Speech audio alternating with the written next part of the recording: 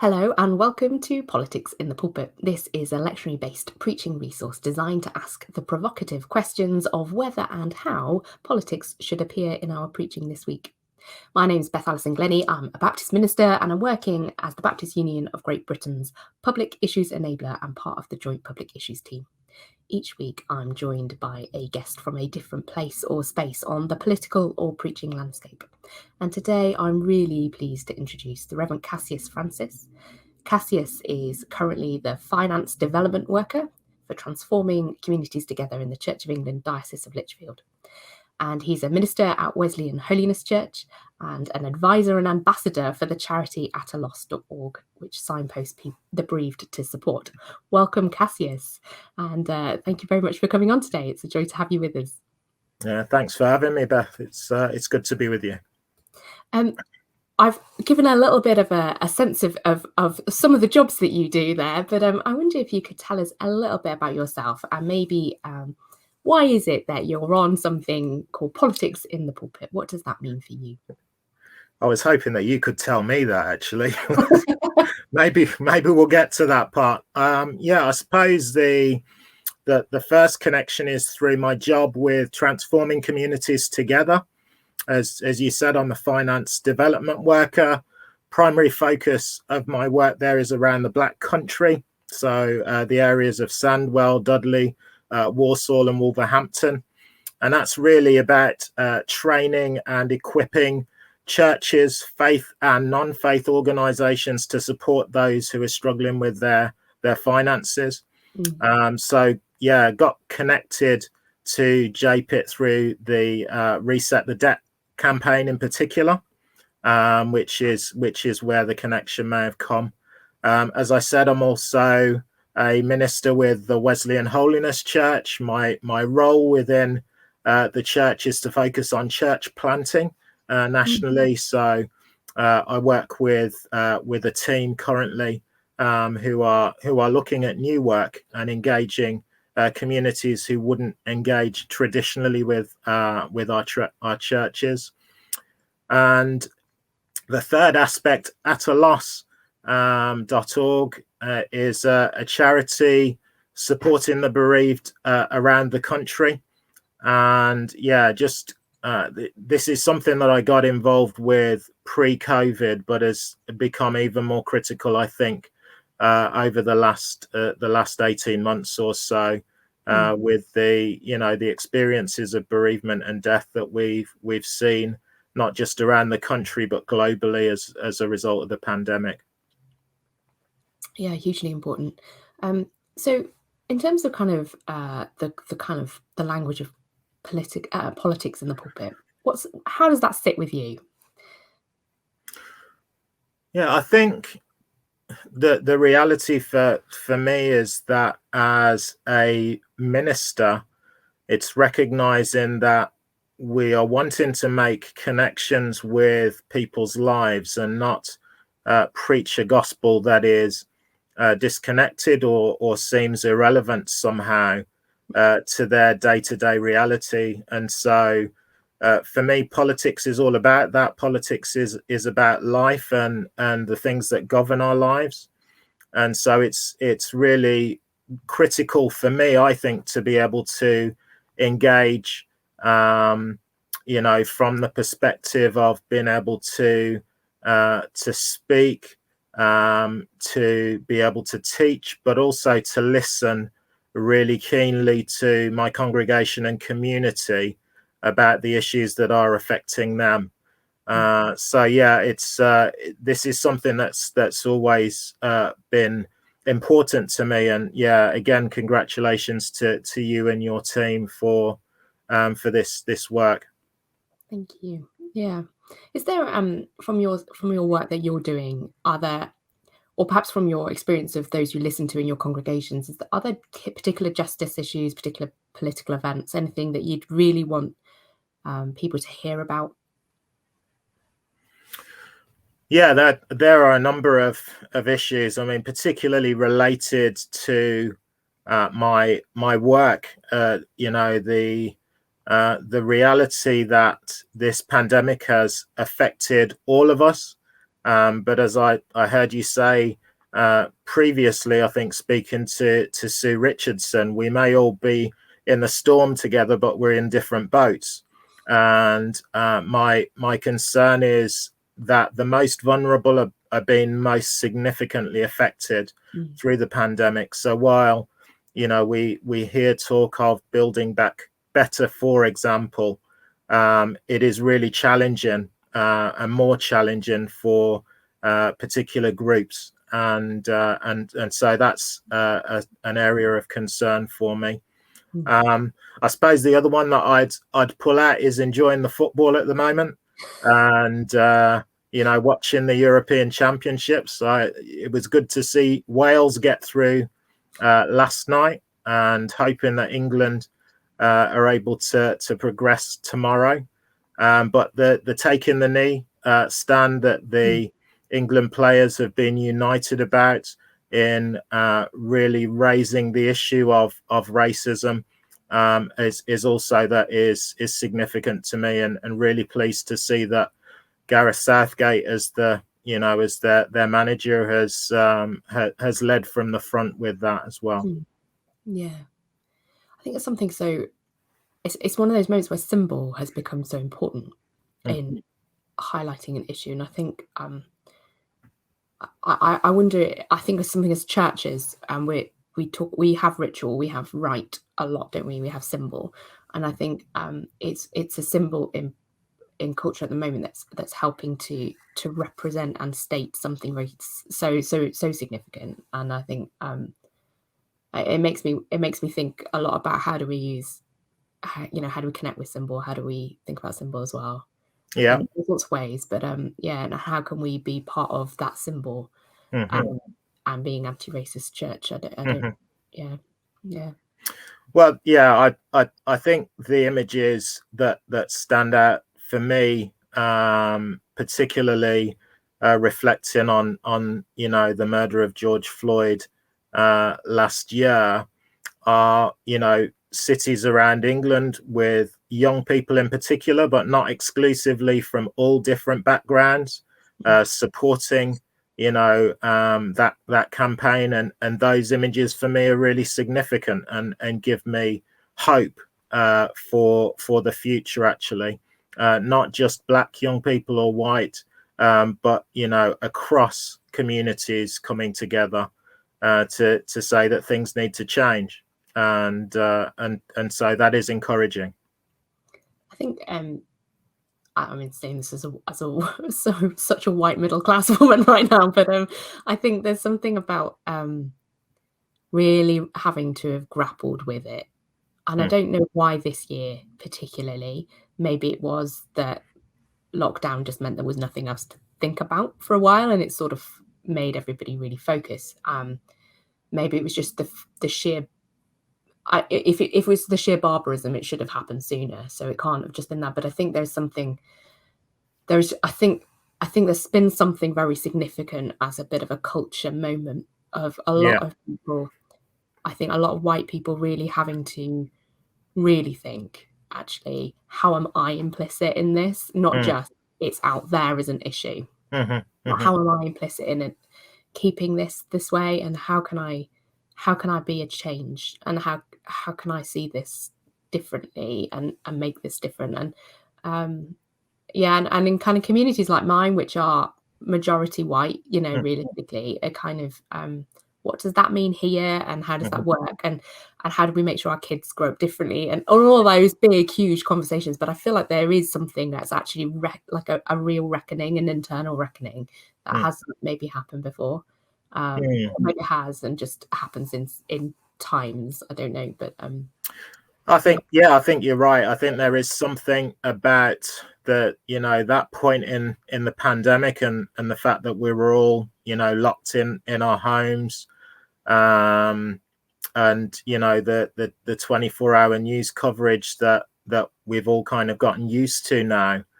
But the significant thing for me is that I think those conversations and that grappling that you are doing is really important for us as followers of Jesus to ensure that we're at the forefront of this, and not lagging behind. I think in terms of, the campaigns and the discussions.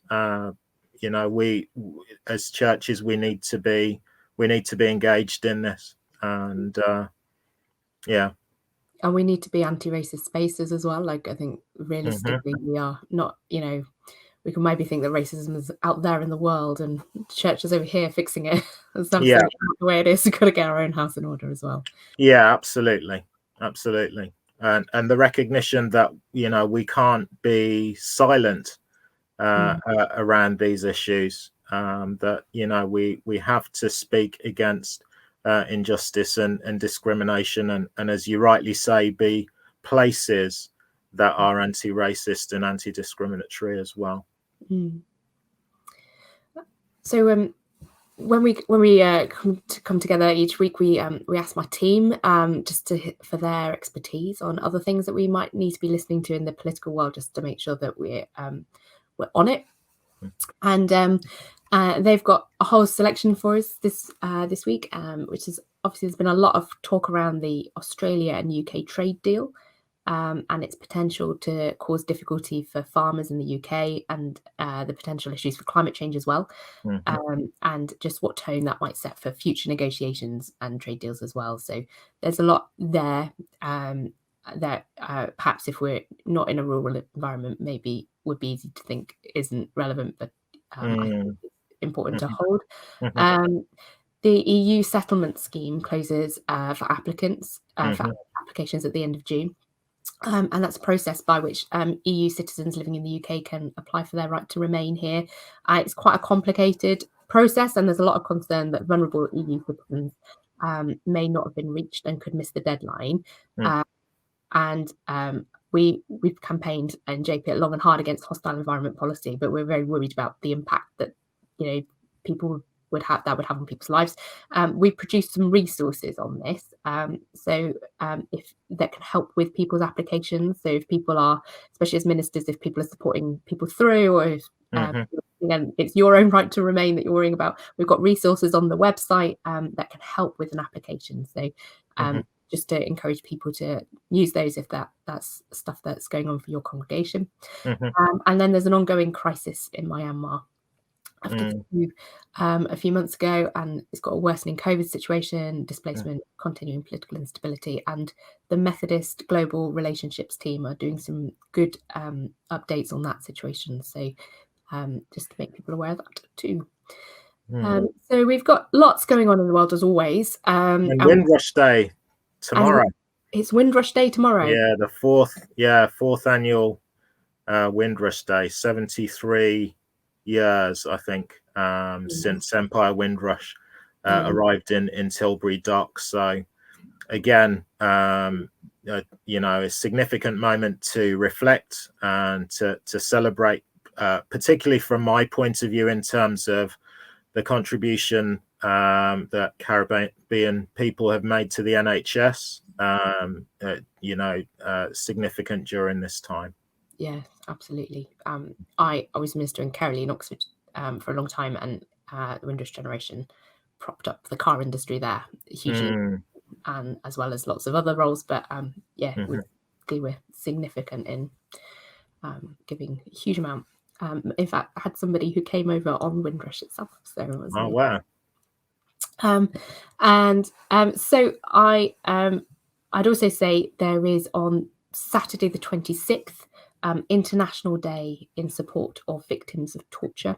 So I guess both of these events will have passed by the Sunday of preaching, but it's kind of to say these things are in going on in this week, aren't they? So as we come to scripture, then we've got all this stuff in the world, but we've got our readings this week. We've gone with I think it's called the continuous track for the Old Testament. So 2 Samuel chapter 1, and it's a story of Saul and Jonathan's death and David's lament over them.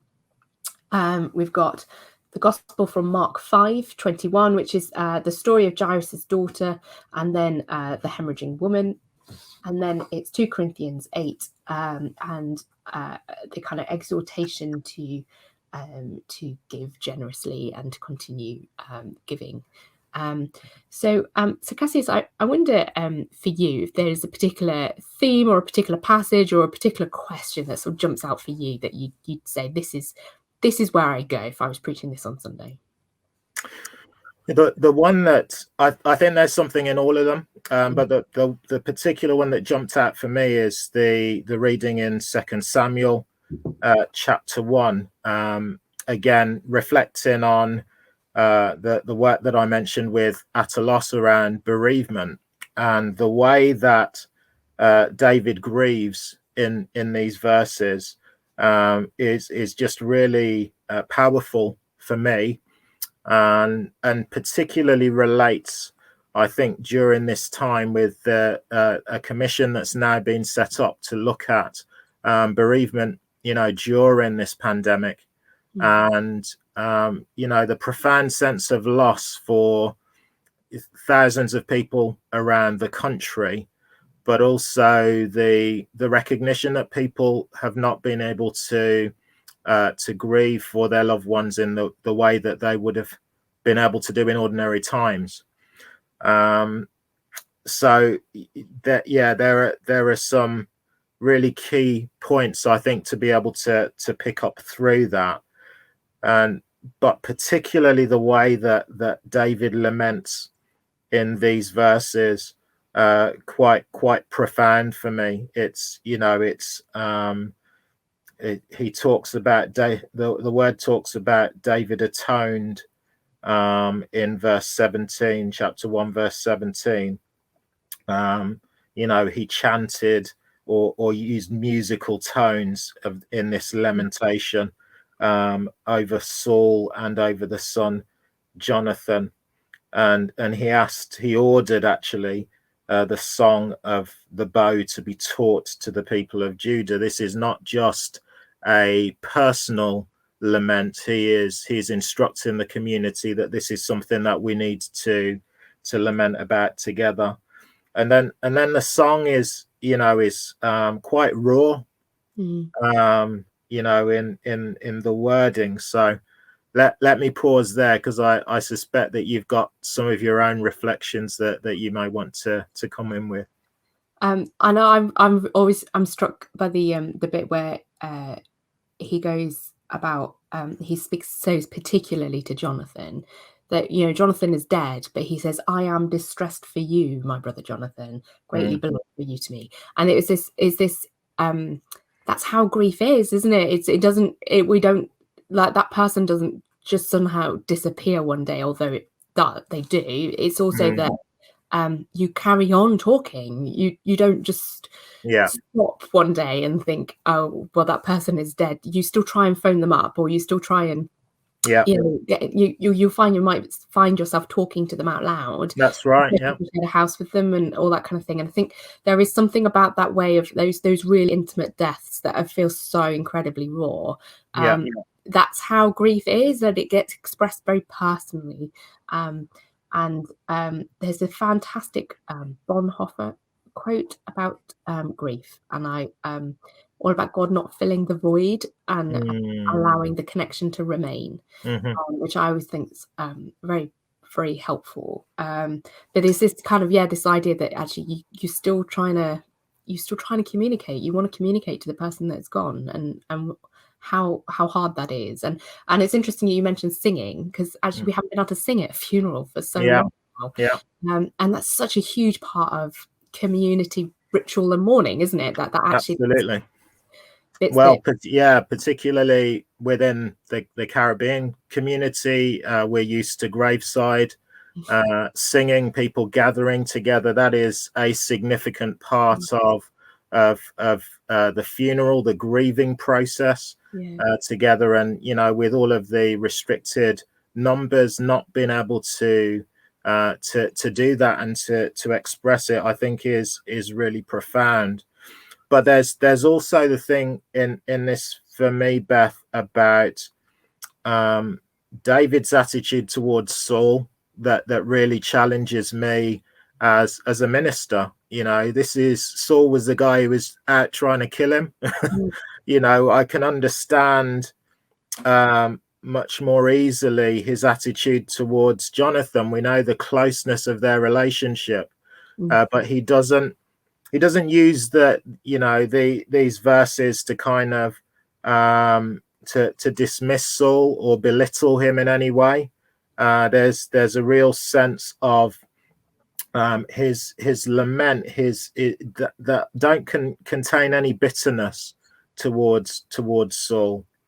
But you are right to pick up on, the way that he talks to Jonathan, and that is, I think, part of lots of people's experience of bereavement, that they will talk to their loved ones, and I think it's important for people to also know that that's perfectly normal, in the grief process.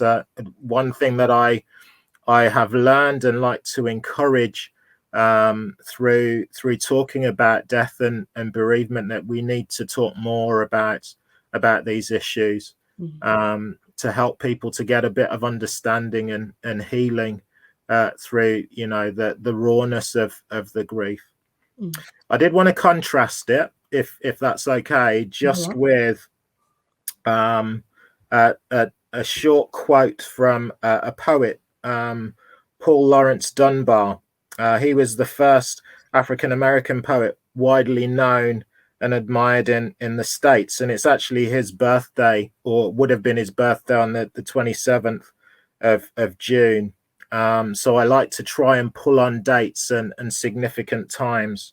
And he wrote a poem. He did travel to England to give readings from the States. He wrote a poem called "We Wear the Mask."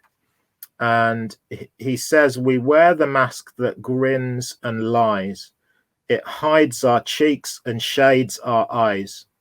This debt we pay human guile. With torn and bleeding hearts we smile, and mouth with myriad subtleties." And then the last verse goes on to say, "We smile, but oh great Christ, our cries." And there is something in those words for me really contrasting how David laments, in those words in the first chapter of Samuel. And very often, I think sometimes our experience of grief in church is that we have to be quiet, and we've got to wear this mask in a public space in our congregations.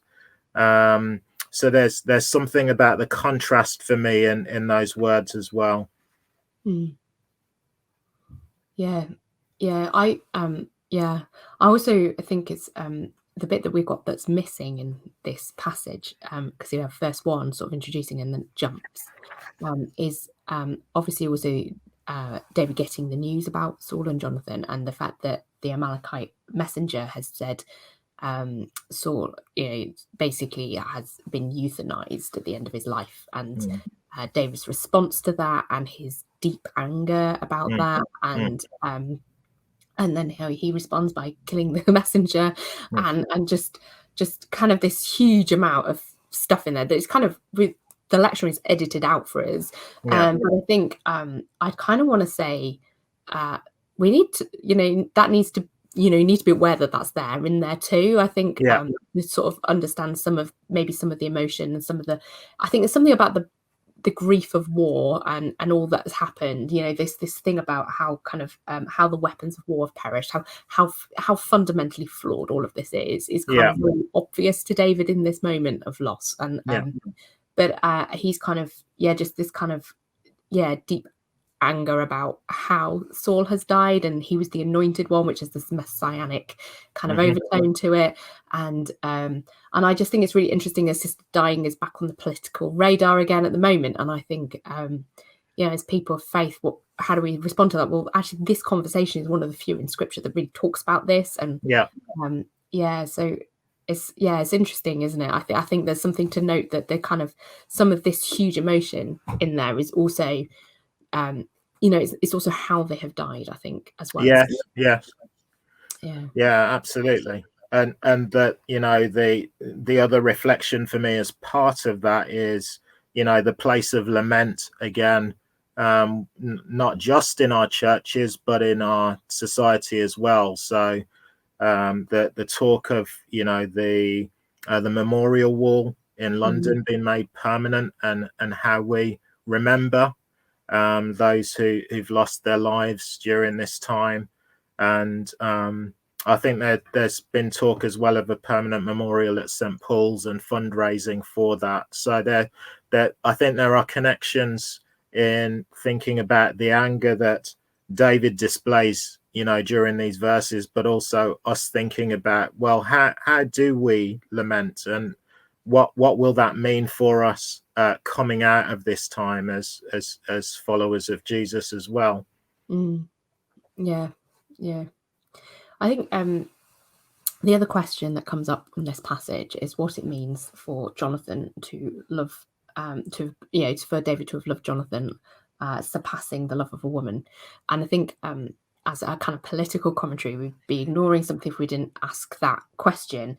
And I'm always nervous if you preach about a topic like that, assuming it's out there and other, and not like something that's a huge part of how we all relate to each other and present as a live pastoral conversation. So I guess I come with a certain hesitancy to say, is this the thing we preach on? But I think it is a question that even if we don't preach on, we might expect to be asked after we preach on it. What does that mean then? How does that work? Especially from anybody who's maybe under 30 and reads just with a completely different approach and cultural lens. And I think I've read the Queer Bible commentaries, one of my prep for today, and I would say that's got a really helpful 10-page discussion of how that has been heard and read, and kind of the interpretive history of that passage, and the kind of contrasting both the need to not anachronistically understand David and Jonathan through the lens of kind of how we understand sexuality in our current culture, because that would be to presume a whole set of binaries onto a text that just wouldn't have been there. But also the kind of idea that actually opens up this question of whether Jonathan is portrayed kind of womanly and almost wifely David, because that way it's part of ensuring David's line is the ultimate kingly line. So actually quite opens up this kind of dynamic of, well, actually he seemed to be kind of effeminate effectively, because and that means that David was this kind of masculine uber king, and that's why this should be there. And actually saying that maybe there's something in this text that isn't as affirming as we maybe wanted to be in some ways, because actually it's playing with this different idea. But there's also, it's just, there's all sorts of stuff in there that I think is really, I would say was a really helpful 10-page summary if you're wanting to go in knowing a bit more about that conversation before you get to whether it's expecting to meet the teenager on the door about it, or whether it's expecting to that you actually think you might go there. I would say if you're going there, go there really, really, really gently, really carefully. That's just kind of one of the resources I've just noted as I've been looking through this. I've also got some really good stuff about Saul dying as well, actually. So I would say that would be a resource to flag for people. Yeah, that's helpful. I'm looking at the gospel reading as well, and I'm aware that we haven't got a huge amount of time left, because we've talked to. Sorry. No, it's great. You're one of the people I'm naturally going to fill a lot of time with. We could easily go on for 2 hours, but I think the Mark 5 reading and the two contrasting stories, I think if we just kind of open that up a little bit, I was really, obviously they're linked because the number 12 is in both of them. And 12 is obviously symbolic of Israel, so it's actually a story about nationhood as well as this pastoral story. But these two female health stories, which is really interesting, I think, kind of contrasted in the way that it is. And there's this there is Jairus's daughter, Jairus, who's powerful and has the capacity to go and ask Jesus. He's protecting his daughter. She's got all of his kind of birthright and subsequent importance, and so Jesus is on his way. But in the middle of this, there's this woman who has got nothing, and whatever she did have has long since been spent on paying for doctors, and there's a really kind of cynical comment, isn't there, about the status of healthcare in the society at the time, and how much she's endured under physicians, and how she isn't profited by spending all this money, and she's got nothing. And then Jesus calls her daughter, so he gives her the honor of being his daughter in the middle of healing her. And then obviously she wouldn't have been allowed to touch him, and she does anyway, and he honors that faith and says daughter, and constantly touches her back. And there's this kind of like, actually he really affirms this kind of move out from the margins into the center, and her bodily margins also not working. So this kind of thing going on there with the margins, and brought her story being brought into the center of this sort of interplay of stories, and I think so I think there's just a lot in there that we could you could really easily preach on, to say what's going on. If you think of this as a story of nationhood in these two female stories, that's saying here's this girl, this young 12-year-old girl, and this other woman who's been suffering for 12 years. What's going on in this story about Israel at the same time, and what's it trying to bring out? And I don't have any easy answers to that, but I just think it's interesting which story is put as the kind of central story, and which story is the one that can't be told, shouldn't be told. And the personal reflection for me that comes out of that story of the woman who is healed, the fact that she is ostracized in her community, the fact that it looks as if she's been taken advantage of after trying to invest and given lots of money to try and be healed, and she hasn't received that yet. The personal reflection for me in this is that just reading the text as is, she is the hero in this story. She is the one who is persistent, and again reflecting on just what it means to be political. There was something for me that comes through in her persistence with this that is really important. Again, I made a connection through the significance of the 27th of June. That was the day that Helen Keller was born.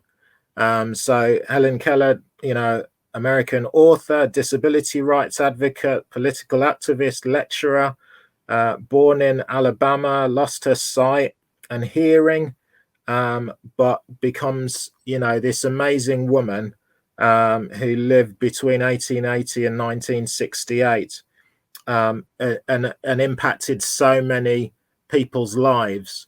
And so again, just trying to, for me, make those connections in terms of the personal stories, but also this woman who is healed, being the real hero for me, and just jumping out as that. And also the practical nature of this, the last part of, I think it's verse 43, Jesus says, and strictly ordered them that no one should know of this. And then he told them to give her something to eat, the real practical nature of, don't forget she's going to be hungry. So, and I think those practical aspects, I think, of faith are really important to reflect in this for me. Yeah, the commotion of grief as well, isn't it? Like, I think if you've ever been at a tragic bedside, who's dying or just died, there is that weeping, like that weeping and wailing, that kind of genuine emotional kind of hysteria that comes out in those moments.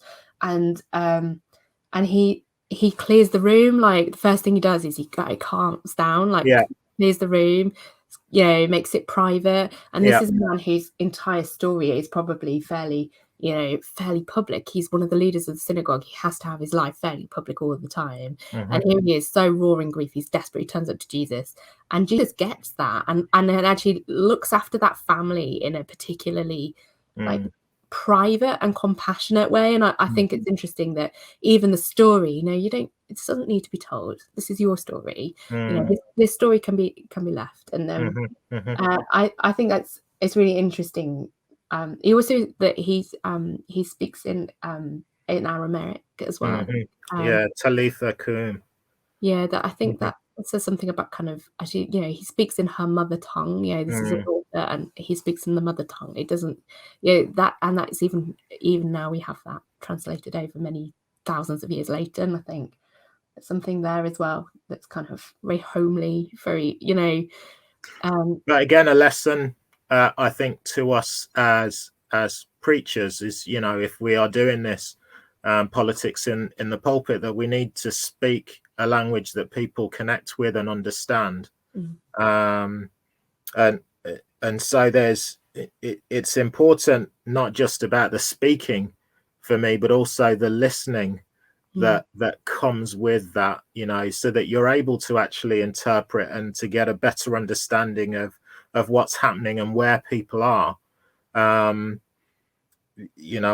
think I've learned hugely over the years of the importance of listening, and I think that's partly why I enjoy this kind of dialogue in interpreting, because we will all pull out and hear different things and read different things because of the way that we come to the scripture, what we bring with our own personal stories, and I think it's really important to engage with that as we're sharing with our wider congregations and communities. Should we quickly just mention 2 Corinthians? Yeah.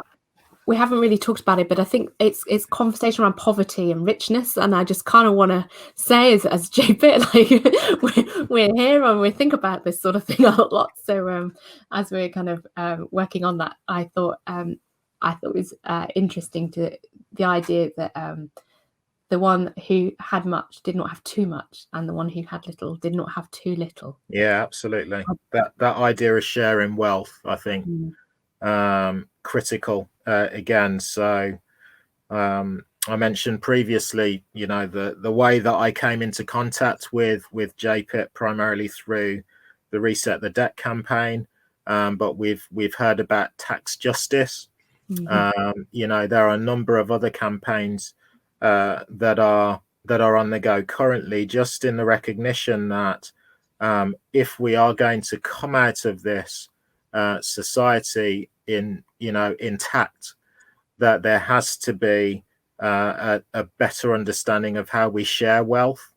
So that jumped out at me, but that this one felt as if this was going to be the obvious one to preach on, and because I'd heard you talk to Sue last week, I thought actually if I was doing a series, then I would follow it up with this. But yeah, for contrast, I focused on the 2 Samuel scripture.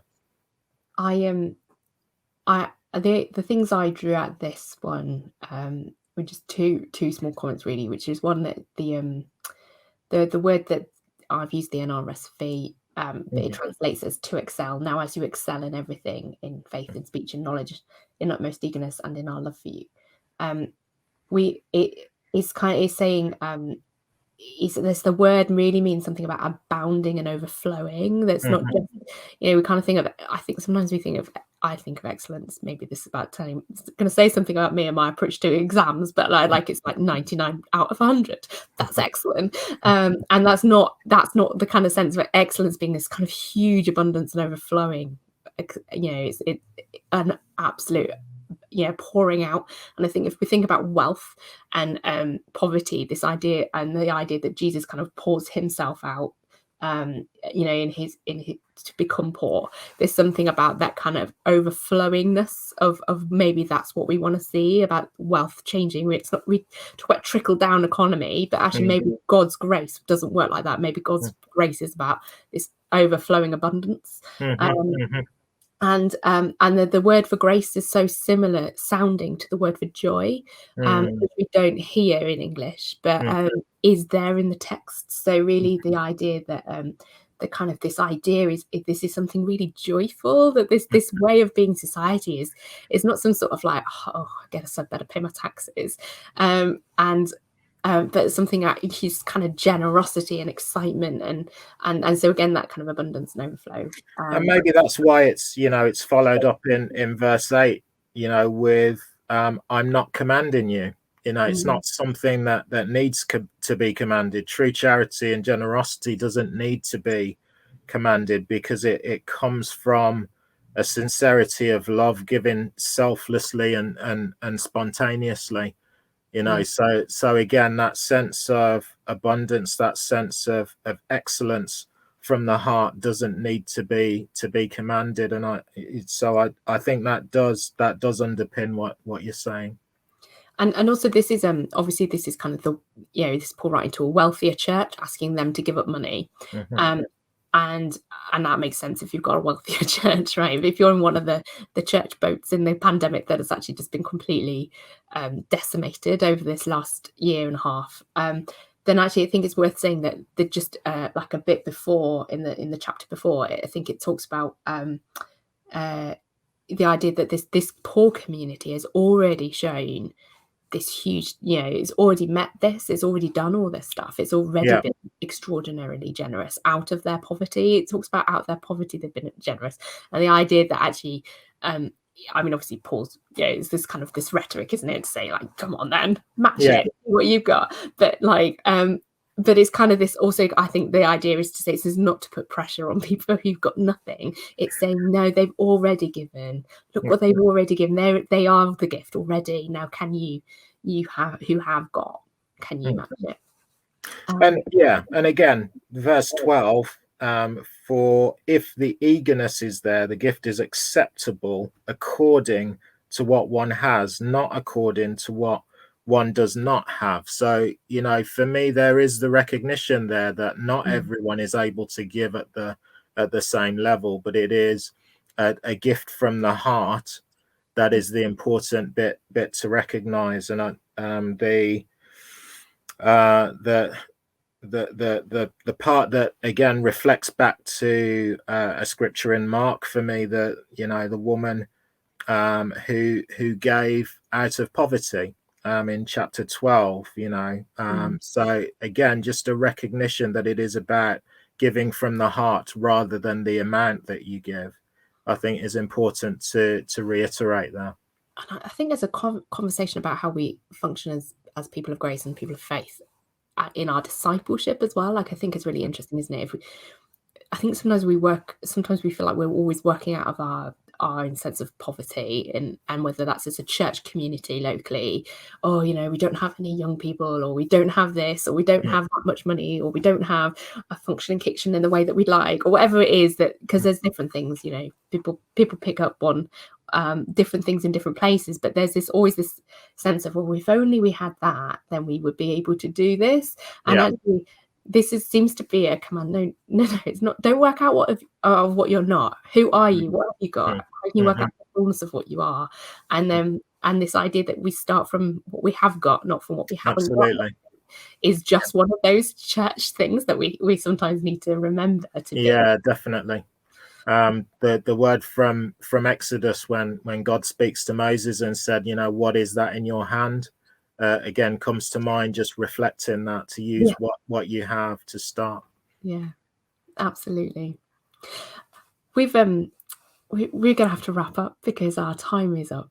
I've really loved talking to you, Cassius.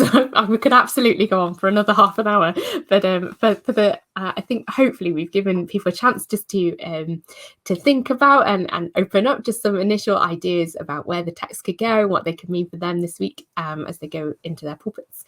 And so as we do prepare for our sermons this week, as we're in political life in different ways, we should gather also ourselves with a prayer and a blessing. So thank you so much, Cassius, for all that you've shared, and your wisdom and your joy, and thank you to everybody for listening in and for commenting and liking and sharing us and getting us a bit of a political following. It's always helpful. It shouldn't be, but it's always very useful to get that kind of likes and things enable us to carry on sharing this. So that's really great too. Thanks very much. Thank you, Beth. Really enjoyed the time. Thank you, Cassius. It's been really, really lovely to have you. And for everyone else who doesn't know Cassius, Cassius has quietly been working behind the scenes, also lining us up other people, so that we've had a really interesting breadth of names. So we're really grateful for Cassius for helping us on a practical level too. Thank you. So let's go into our pulpits and our politics with a blessing. May we be anointed with God's Spirit as we bring good news to the poor, proclaim release to the captives, help people to see the world truthfully, and let the oppressed go free. Amen. Amen.